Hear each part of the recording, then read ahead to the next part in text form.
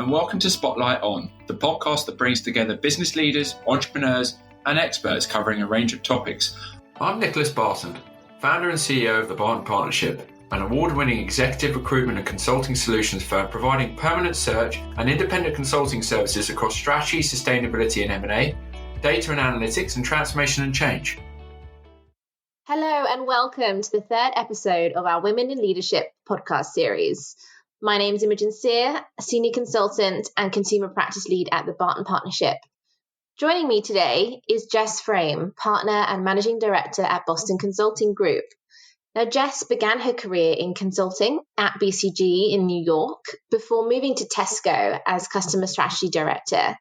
She then went on to become managing director in Nutricenter before joining the Vet as CEO, and then returning to consulting as partner and managing director in BCG's consumer goods and retail practice.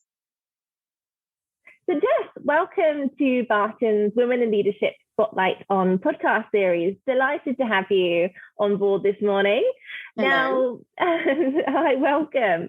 So this podcast is all about celebrating the career stories of women from across all different sectors and different backgrounds. So it would be great to start by sharing a bit of an overview of your career to date. Sure. So I started at BCG in New York after grad school. I was a consultant for 9 years with a brief time in-house with Ann Taylor, which is a clothing retailer in the US. I left BCG to become a marketing director at Tesco in the UK, where I looked after customer strategy, proposition development, and future trends and innovation. I then ran Nutricenter, a small health and wellness retailer, as managing director. And I was then CEO of the Vet, which is a PE-backed chain of veterinary clinics. And then 2 years ago, I returned to BCG as managing director and partner to lead our UK retail team. There have been some big moves throughout your career, moving from consulting into industry, FTSE 100 to private equity. And as you say, more recently back to consulting with the team back at BCG. How have you found this? And how have you adapted to the cultural and kind of workplace shifts as well? So I full disclosure, I love change and a new challenge. So for me, these moves were really energizing to find myself in an entirely different context. But you're right, big culture shocks along the way. I think the biggest was probably leaving consulting for the first time to go into a more hands-on role at Tesco, where the pace and execution focus was very new to me. I remember a board member telling me that it was like a tidal wave, that it would suck you under or you'd learn to surf it and find it exhilarating. And luckily, I had a great support network internally. I had a super boss who'd done both retail and consulting, so gave me brilliant air cover. I'm naturally quite pragmatic.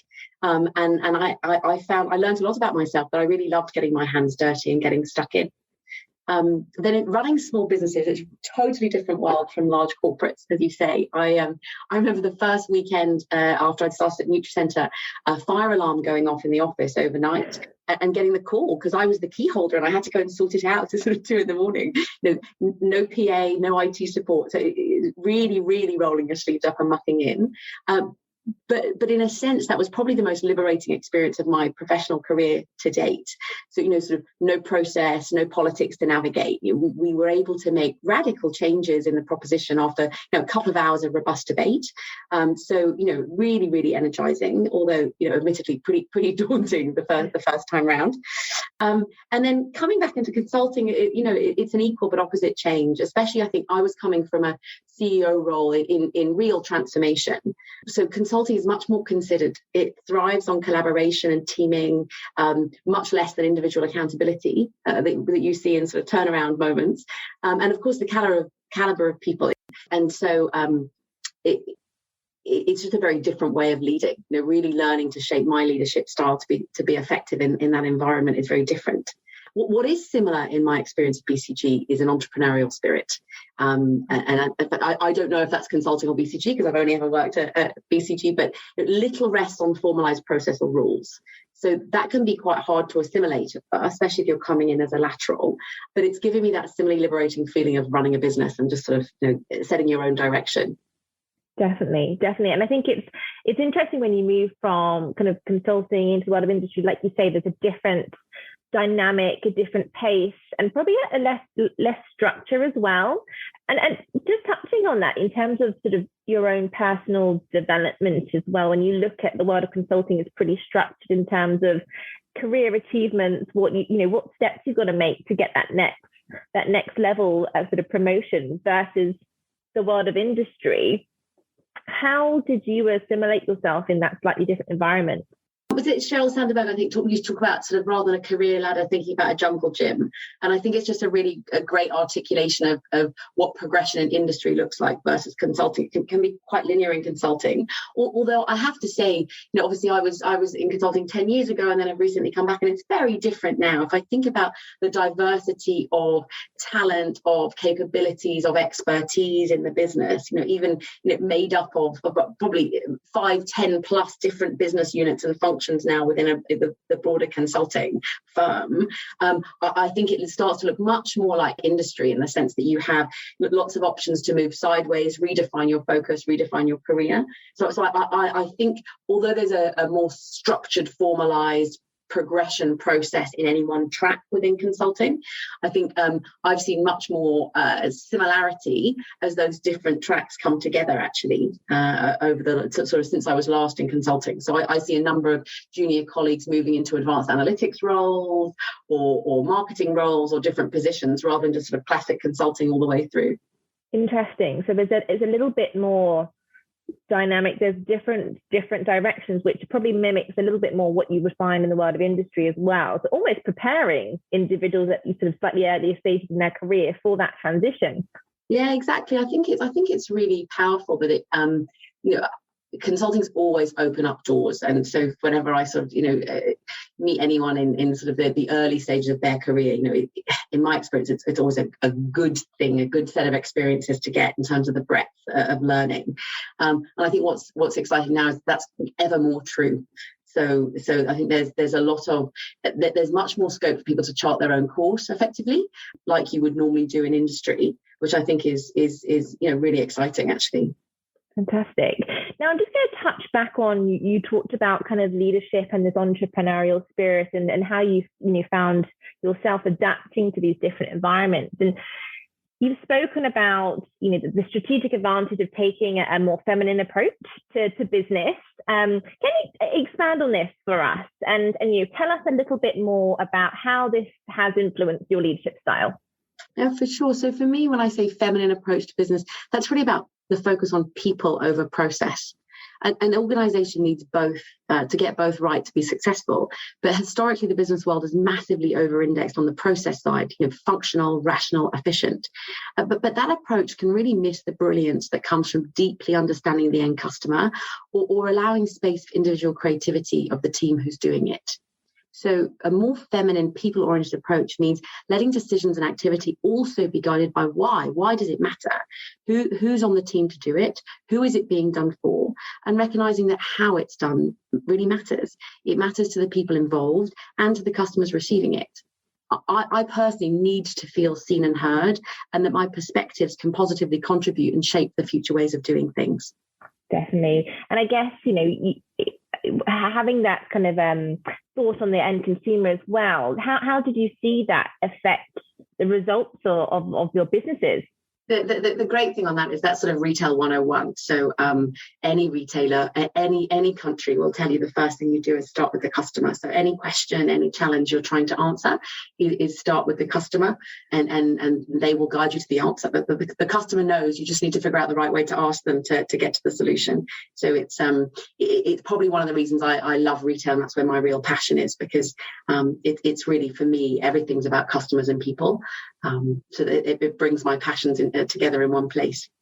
Definitely. And how did you feel that you had to sort of adapt, moving from, FTSE 100 PLC, Tesco, through to being CEO of the vet group? Yes, for sure, and it's something, I'm a work in progress, and I'm sure I always will be from a leadership perspective. Just thinking about the different teams, very different profile of people. It was when I moved to the vet, of course, it was an industry I didn't know very well. So I knew customers, I knew animals from being a pet owner myself. But there was a large part of really being in listening mode and learning from the team.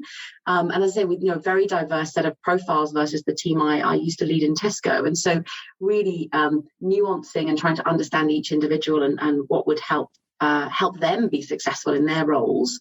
And I think that's right. It's really about how can you be really cognizant of the individuals in your leadership style. And then the other thing is obviously running small businesses, that there's a lot less navigating the organization to do. So in large businesses, there's an awful lot of energy goes to building consensus, getting buy-in, getting people on board. Because when you're working in businesses with 100,000, 200,000 colleagues, then that's a really important part of getting anything done, is making sure people believe in it and buy into it and want to do it. In a smaller business, it's just as important, but you tend to be able to move a lot faster. And what advice perhaps might you give the individuals who are considering making that move into an environment, or a subsector that they aren't that familiar with? Is there any learnings that you've come away from that you would give as advice?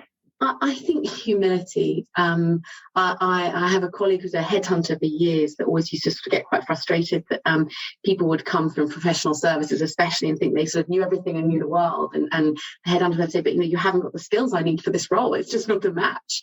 And so I think recognizing that while we are our experience from whatever we've done in the past, it brings great things we can bring to any new role. I think a degree of humility to sort of know, what's the phrase, wisest is she who knows she does not know, and I think really listening and understanding before jumping in is really important.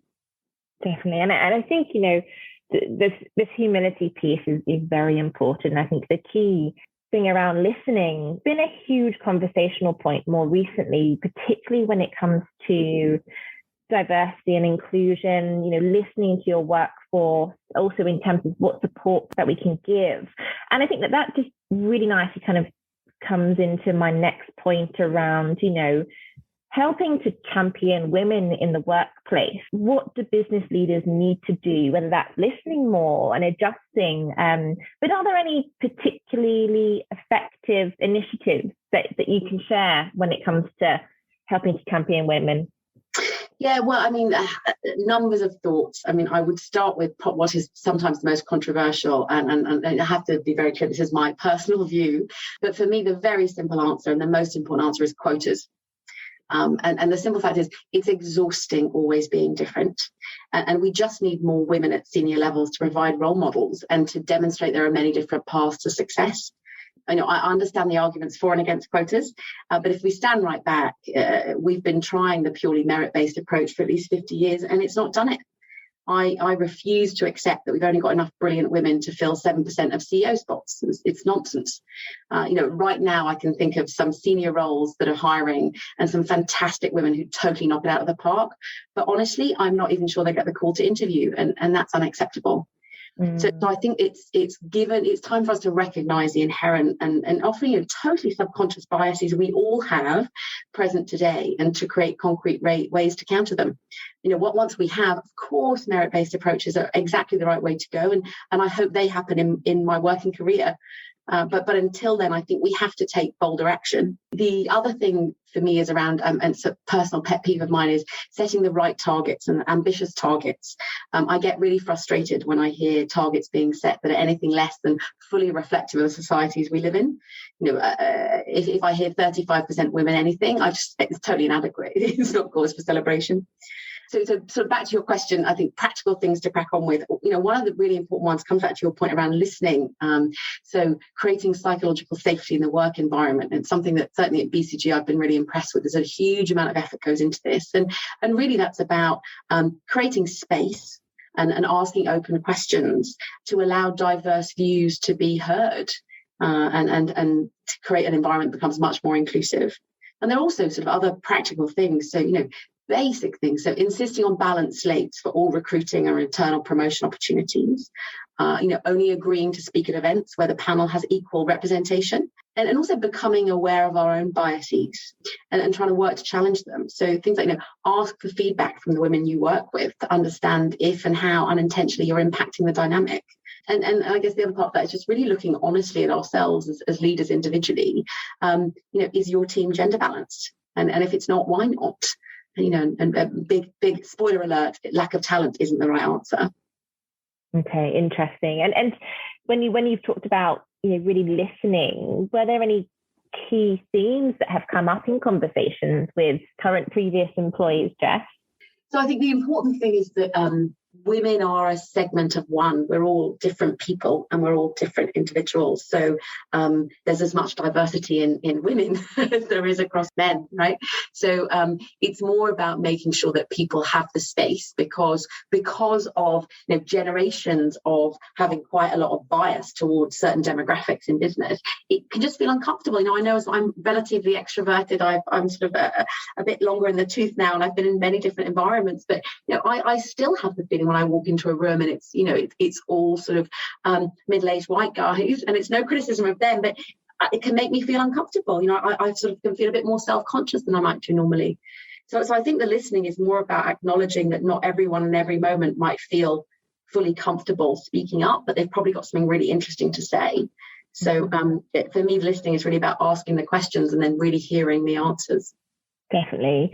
And it's interesting that you have mentioned that returning to BCG, you found yourself coming into a situation where it is, perhaps more diverse. And I know there is a kind of ongoing challenge for consulting firms to really drive gender diversity at leadership level. So it'd be great to hear your take on this. What in your view can firms do to attract and then retain female talent? Yes, I think there are three things for me. The first and most important is one-to-one sponsorship. That's just kind of sort of focusing on the individual. And this is not about mentoring. It's about taking active responsibility for the commercial success of a more junior woman. To be provocative, we don't need cocktail parties. We need to get promoted. And so keeping that focus on how we can help junior women be successful. But it also recognises there's no one way to make it work. As I said before, the model for success is as unique as the individual. And something I am very proud of for BCG is this sort of segment of one approach, which I think is very powerful. The second part then is redesigning the operating model. And I think this is super interesting that COVID has really helped challenge our established assumptions on how we should work, right, in professional services. So it's shown us that less travel is possible. I passionately believe consulting is a relationship business, and working alongside our clients is crucial to embed the changes that we advise. But COVID shows that it doesn't always need to be 4 days a week every week. I think it's also taught us about setting boundaries. We've all had that sort of exhaustion of 15 hours a day of Zoom calls and them creeping earlier in the morning and later in the evening. And so I think, showing us how important it is to set boundaries about when we're available and when we're not, and being okay to say we're not. I had 2 different client calls yesterday about 6 o'clock, and I'd been traveling a bit in the week. And I said to both of them, I can call you back at 8, but I'm going to do bathroom and bedtime now. And there was not even a hesitation from me to say it, and there was not even a slight adverse reaction from them. They said, great, have a nice time, we'll speak to you later. So I think sort of being really open about boundaries is really important. I've also used, I feel like a bit of a dinosaur compared to a lot of the privilege of the younger colleagues I get to work with, but they've been teaching me a lot about digital collaboration tools. So really cutting wasted effort and working in a much more agile fashion, so much more dynamic responses and support, which is just, again, cutting out unnecessary hours of the day. And I think finally also part of that operating model is about changing policies to reflect the realities for senior women, especially parental leave. So I had my second child just under a year ago. So I have been through maternity leave as a partner in consulting as well, and it's challenging.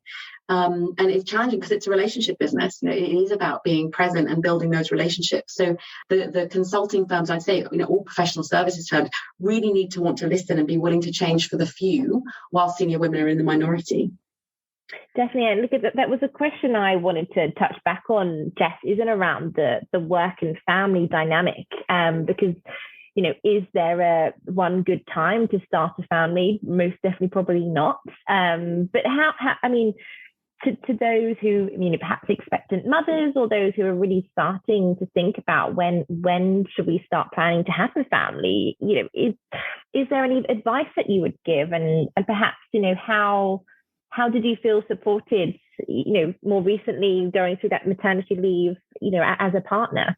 Yeah, so I think number one is, I remember getting this advice years and years ago. I was a junior consultant in New York, so a long time ago, and I was young. I wasn't even thinking about a family, and there was this amazing client, one of the big clients I had over there, who was determined it was time for me to have a child and not to wait, and that being a young parent was better. And it was so nice, and it sort of started the conversation, right, and made it safe, because she was super senior and super successful. And I think the short answer is, it's when it's right for you. Don't let your job become more important than your life. I think it's really dangerous, and I don't think it's the right answer. And if your work is your priority, which it certainly has been for me throughout different parts of my life, then that's great. That's your right answer. But the idea of trying to plan when you're going to have a child around your job, I think it's dangerous territory. So the short answer is, it's always going to be a bit brilliant and a bit hard. so do it when it makes sense for you, because there's pros and cons at any level. I as a partner at BCG, I have a lot more flexibility in a sense of where I am, what I'm doing, because I do a number of different things. So in a sense, that's great as a mum with young children. On the flip side, it's a relationship business, and so being out of the market for a period of time is hard. Whereas if you have a child earlier on in your career, the lovely thing about project-based consulting is that you can literally stop and it's fine. No one's expecting anything from you. You can really switch off. So I think there are pros and cons. And it's hard, right? It's challenging, and I think the important thing is, it comes back to this idea of having lots of role models and people to speak to about the challenges. There's no one right answer. I certainly haven't found it, if there is. So answers on a postcard. But I think it's about being really open, finding your path. I got some great advice a couple of years ago from someone who said, the thing is, Jess, the minute you think you've cracked it, they get a bit older and the whole thing completely changes, and when they need you and how they need you changes. So sort of accept it's a journey and it's evolving, and some weeks you're winning and some weeks you're not. But as long as you sort of find the joy in both your job and being a mum, then you're winning. Definitely. And do you think that obviously the pandemic has highlighted the need to think about parents and the flexibility, and how can they balance looking after what it's been, frankly, sometimes tutoring their children back at home whilst juggling a job? How perhaps has BCG reflected on the pandemic, different ways of working? How can we support working parents? Yeah, I mean, there's been a huge number of initiatives and different tailored support packages through the various lockdowns we've had globally to make sure that people who have caring responsibilities, beyond just children, have been supported to do so. And fundamentally, it comes down to everyone needs to feel supported. They can always put their family first, because it is the most important thing. So I've been very proud of those things. As we now look ahead, and I have the privilege of partnering to look after our retail team globally from a people perspective, so looking after our people agenda, and we've been examining some different initiatives around just being open to this idea of challenging our operating model. So really having an open conversation at the start of any case to say, well, who's the client, what's the topic, what's the specific need, and who are the individuals on the team and what are their needs, and how can we consider all of those things to make sure that we absolutely get the right outcome for our clients and work with them in the right way. We can also do so in a way that develops our people and gives them the flexibility to manage their responsibilities in and out of work. So I think it's quite exciting. It's the most fluid I've seen the operating model, in terms of being open to different number of days on site or at home, different models of working remotely or together. So I think, if anything, that what's exciting about that is we're not trying to define the new answer. What we're doing is saying sort of that the new solution is really about tailoring that approach to each specific circumstance, which I think is quite exciting.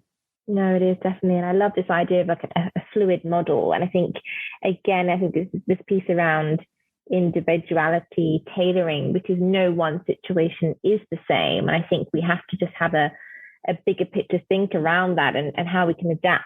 So that's fantastic. And it's great to hear that there's so many initiatives underway at BCG. So I guess, I mean, you've talked about, you've received a lot of advice from, people throughout your career, Jess. I mean, what advice perhaps would you give to junior consultants starting out in their careers? I think there's two things I often give as advice. I always sort of shove aside of giving advice. It makes sense. I'm so old and wizened, and also there's so much I know. There's a lot more I don't know than I do know. But for what it's worth, the two things I'd say would be, firstly, consciously invest in your learning. So embrace the wide variety of work and clients and experts that you're exposed to, because that's the privilege. It's the breadth of that experience that sets you up for the future and opens so many doors externally from a career perspective. Even when sometimes at the time the project can sound less appealing. And secondly, really understanding that learning, that apprenticeship takes time and effort. You will work longer hours because you don't know how to do it yet. That's what an apprenticeship model is about. But someone's giving you an incredible opportunity to learn with a lot of support. And that's how you ramp up the learning curve so quickly.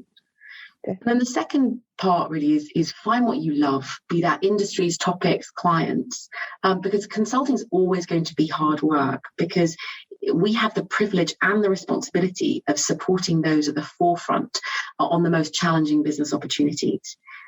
But when you find what you love, and as I said earlier, for me, that's customers, colleagues, and shops, it doesn't feel like hard work because it's so interesting and you're surrounded by clients and teammates who give you energy.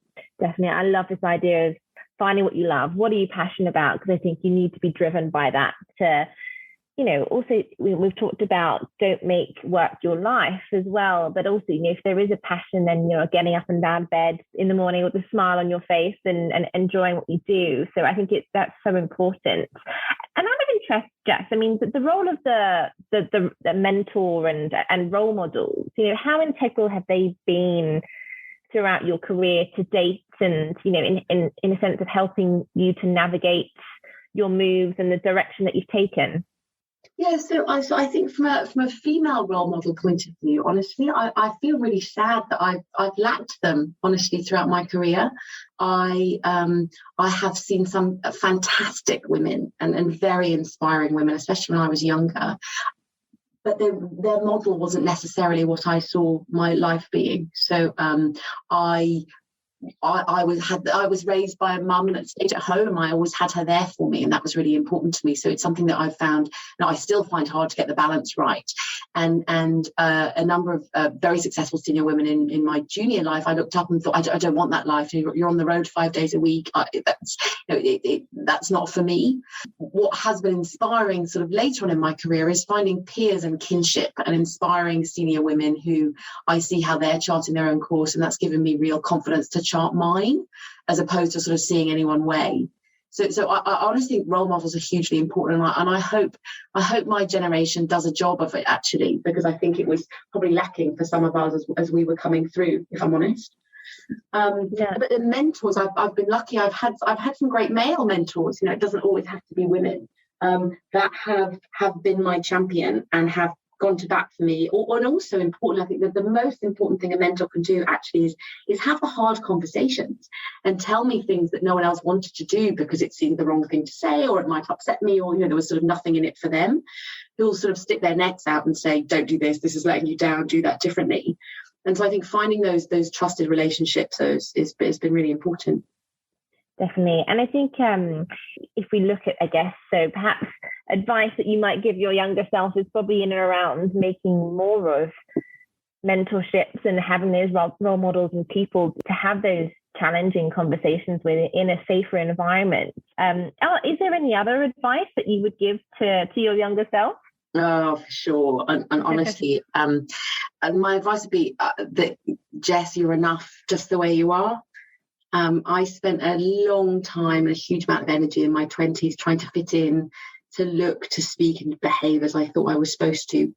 And going into industry and then running businesses, and of course, getting older as a woman and finding inspiring senior women around me, it's given me the self-confidence to be who I am.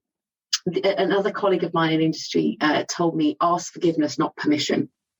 And it's been a secret mantra of mine ever since, because I love the sense of rebellion and bravery that it implies. as well as the imperative to forge ahead, sort of be yourself, seek bold change, and if in doubt, just get on with it. Definitely. Well, what a way to end things today, Jess. You have shared some super interesting stories, insights, advice.